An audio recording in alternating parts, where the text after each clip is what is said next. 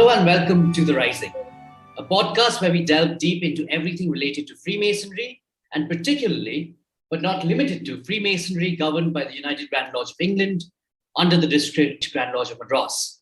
This is episode 1, and what better way to start than with our very own District Grand Master himself. We are privileged to have with us today Right Worshipful, the District Grand Master, Theophilus Arputharaj Devagnanam. Right Worshipful brother, welcome. It is an absolute honor to have you here. Thank you for agreeing to be our very first guest. And may I also thank you for your support and guidance towards launching this initiative. Thank you. And the pleasure is entirely mine. Right Worshipful brother, perhaps we can begin with your start into Freemasonry. When did you join Freemasonry and which was your mother lodge? I was initiated in the Lodge of Faith, Hope and Charity in February 1977. Faith, Hope and Charity is the only lodge of which I am a member, a subscribing member. I am an honorary member in a lodge in Malaysia. It's called Lodge Idris. So that's been quite a long time, 1977, as you said. That's right. Yes. So what attracted you to Freemasonry? Well, I'm a third generation Mason. Yes. From the moment I was born, I had my father and my grandfather going to the lodge once a month. So it was in my blood. And, my grandmother spoke to me about Freemasonry. My mother spoke to me about it. So, But do you remember around the time that you were about to join, was there anything, or even before that, what is it about what your grandmother spoke about or what perhaps your grandfather or your father was doing that really attracted you to it? Well, I can put it this way. Both my father and my grandfather were very fine people. And I knew, of course, the people they associated with, who were also very fine people. For example, my school principal or headmaster, as he was called, was also a member of Faith, Hope and Charity. And, so there were many people I knew who were senior Masons and who I respected, I looked up to, and as a young man, wished to emulate. Well, it's no surprise Freemasonry does attract the best of men, I suppose. Yeah, and I knew, of course, the basic principles of Freemasonry, which again, to me, was an attractive way of life. Wonderful. So, since you did reach the subject about how it's an attractive way of life, how do you think you have, after so many years, of course, how do you think you have benefited the most out of Freemasonry? I've benefited extremely greatly. Probably one of the most important lessons I picked up from Freemasonry was self-discipline. The importance of doing things well, doing them accurately, and several other things. I run my own business, and I'm basically by qualification an engineer. We run a manufacturing business, so I spent the first 15 or 17 years of my working career on the shop floor. I had no exposure to marketing, exports, and things like that. And I had just come into general administration, was there for a short while when my father passed on. So I had to take over. I was a young man. And when I was faced with a dilemma, particularly with sales to a customer or something like that, I made my decisions based on Masonic principles. I said, as a Mason, what would I do? Uphold your own integrity, the integrity of your organization. Those were the principles I applied. That's such a wonderful anecdote in which you've connected Masonic principles to your everyday life, generally. Yeah, and to my profession.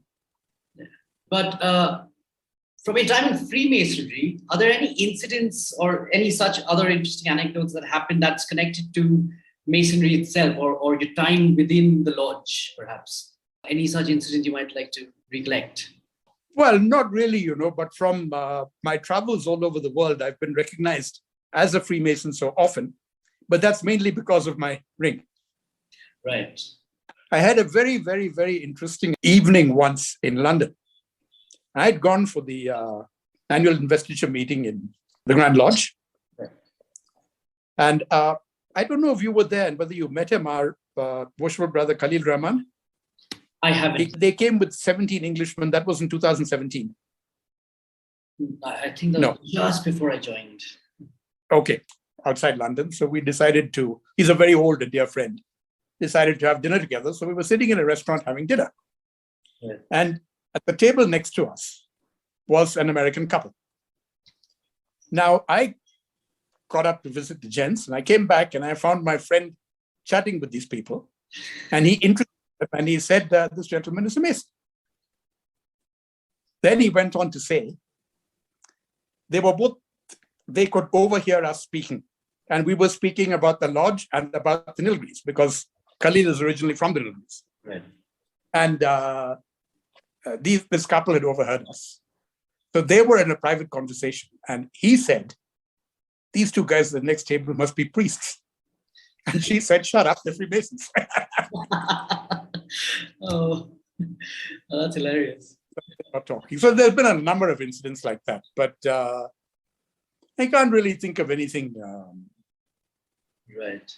Well, since you mentioned that you're recognized quite often, perhaps for the ring, I remember recognizing you from a certain place. The last Netflix, I don't know if you know this, but in the Netflix documentary on Freemasons, I actually recognized you were right there, right at the end, just towards the end of the documentary. You're there as well. Yeah, at dinner. Yeah, and I remember jumping in joy when I saw you there, because I know you through the Mother Lodge, but it was also wonderful to see representation there, and you being the representative. So it was wonderful. Shall we move on to something slightly more relevant to the modern times? And recently there's been a push towards getting younger Masons, or at least push for Masonry to be recognized by younger Masons. So in your opinion, what do people misunderstand most about our organization? How do you think we can change that if there is something? You see, number one, Masonry has never had enough publicity. Now, for reasons of their own, and perhaps wise, perhaps the lack of publicity is why we have survived for over 300 years as a non-political and non-religious organization. But today, to attract younger people, we need to make changes in the way we do things. And this kind of interview is one of them. Engaging with social media. To make, for people like you, for our district communications officer, to make the whole Masonic journey more enjoyable, rather than in the days before the internet and social media and what have you, you went to lodge, you socialized, and so on. That was an evening of entertainment. Now, youngsters look for more. We need a bigger presence. And the misunderstanding is a lack of publicity. The misunderstanding is the secrecy that has been, rightly or wrongly, attached to Masonry. You've been called a cult. You've been called a sinister organization. You've been called a criminal organization. You've been accused of trying to take over the world. Every possible bad thing has been thrown at Masonry. Right. We need to come out of it. Membership and boosting membership is extremely important because we are shrinking, even in our own district. For the first 5 years that I ruled the district, we were actually growing. Not very much. We were growing by 0.1%, 0.2%, 0.5% every year. Now we have started declining. 3 or 4 years ago, we had 1,100 members. Today, we're under 1,000. So, if we want to see our organization go on for a further 300 years, we really need to make changes. And engaging on social media is important. The Grand Lodge is very keenly aware of this. And they've had a lot of initiatives which have been helpful. And I've just seen today from the, when at the annual investiture, the Pro Grandmaster has a business meeting with district grandmasters and provincial grandmasters. He had put out a strategy plan. And I just saw the slides from that. It is a very good pathway, and I think we need to develop on that. And the new officers we've appointed, the communications officer, the membership officer, they're all there with a view to A, bring Freemasonry into the public, to give us a better public face, and to increase membership, and to make the organization more interesting for younger people. So greatly Freemasonry has been largely misunderstood. And sorry to say it, but over a very, very long period, we did nothing about correcting that. Right. You did touch upon some of these initiatives that we're taking, and just some of them, but I know for a fact there are so many more that have begun under your aegis, really, and under the District Grand Lodge of Madras. But given where you are positioned and your perspective looking down, would you say, do you think Freemasonry will survive the test of time during this age of the internet and information? Do you think we will survive it? Well, I think so. And I think it's our responsibility to make sure that we survive. All of us, not mine, but all of us. And it is people like you, the younger Masons, who are engaging us in all of this that is going to make the difference. And it is you who have to speak up. It is the younger Masons who have to say, look, this is what we'd like to do. And I'm glad to see in our district, they are doing it a lot with the learning and development team. Right. They come to me with all sorts of ideas and say, we want to do this. Say, okay, go ahead. But, that is important. The involvement of the younger Masons. And as far as the older Masons are concerned, I don't know how well this is done at individual lodge level, but at every single lodge, the younger Mason must be given a voice. Right. And this is the main reason why our mother lodge, Faith, Hope and Charity, started inviting all Masons, even initiates, to the permanent committee meeting every month. Because the permanent committee is constituted of certain officers of the lodge only. Yes. We invite everyone. Otherwise, what does the PC become? When I joined the lodge, what was the PC? The permanent committee meeting was another hidden mystery of Masonry when you were locked out. And we must strive to engage the younger brother. Well, we must, certainly. There's a lot more to do, but it seems like, as always, not just our mother lodge, but our district seems to be better at this, or at least the initial step of taking initiatives have always been a forte of the district. Any idea why we are so much better at it? Well, I'll tell you. Number one is, as far as the administration is concerned, we don't want to hamper enthusiasm. Right. We want to encourage the youngsters. I understand very clearly that I know little about what would engage or excite a youngster of today. I honestly do know very little about it. And the other thing is, we are the largest district in India in terms of membership. And we have a very vibrant membership. Our members are enthusiastic. Our members enjoy their Masonry.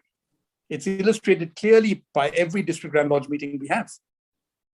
This could work wonders for the district. But as I said, with all of this, we are still in decline. So we really need to ramp it up. Right. And so you did, one of the ways you've described right now in this conversation is young Masons getting in or getting more involved.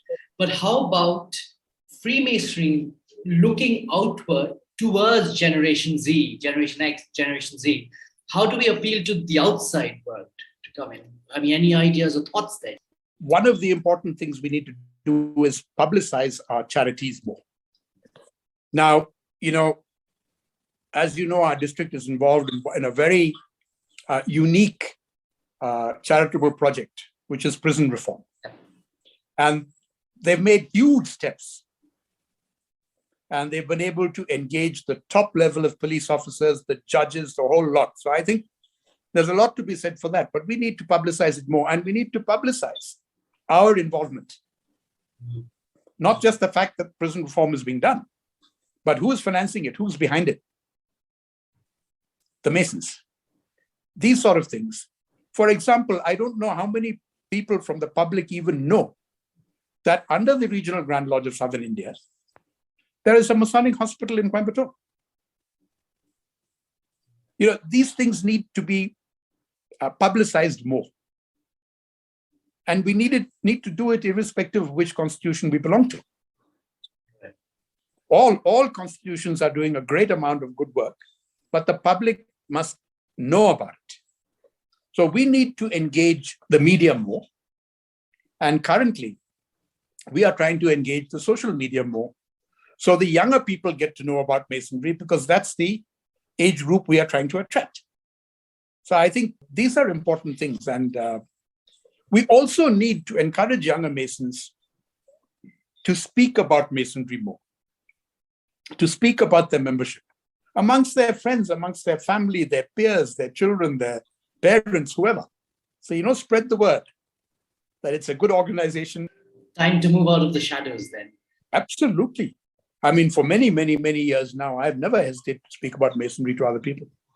But that's also changing. As a newer Mason, I am a lot less apprehensive about mentioning the fact that I'm a Mason, I suppose. And thanks to the previous generation of Masons' effort. One should never be apprehensive about mentioning it, and one should be enthusiastic and be proud to be a Mason. Right. And be proud to talk about it. Right. People will ask you questions about, there are so many secrets in Freemasonry. My standard answer is the biggest secret is there's no secret. Then they talk about secret handshakes. And they say, okay, we have modes of recognizing each other. I could recognize a Mason anywhere in the world. That we keep confidential. But anything else you want to know about the organization, I will tell you. And particularly given what you just mentioned, we have such key contributions that we are making to society. Exactly. There are parts of our ritual, for example, which I think it is the first degree charge. It has a concept, and it says, as a citizen of the world, these are your responsibilities. Now, that concept 300 years ago, when the ritual was written, when you tell people these things, it should bring a favorable opinion upon the institution. Perhaps would you think it's also time to find new ways to contribute to society that would be more attractive to the new generation? Oh, absolutely, absolutely. But then again, in order to do that, we need the involvement of the younger Masons. Yes. Which is why our membership officer, our communications officer are all younger members. And, I have no problem with moving younger members up. I'm sometimes restricted by the Constitution, and which says you can't become a district grand officer unless you become a master. So, there are things like that. But I think the younger people have much more to contribute. And, unfortunately, in large parts of our institution, the older members sit firm and literally suffocate the youngsters. And to all of them, I can say only one thing.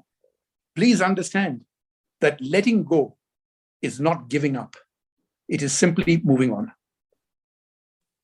That is often you will find senior Masons refusing to let go. Sometimes even when they are infirm. That, in my mind, is a tragedy. It's a big mistake. So all of us need to move on.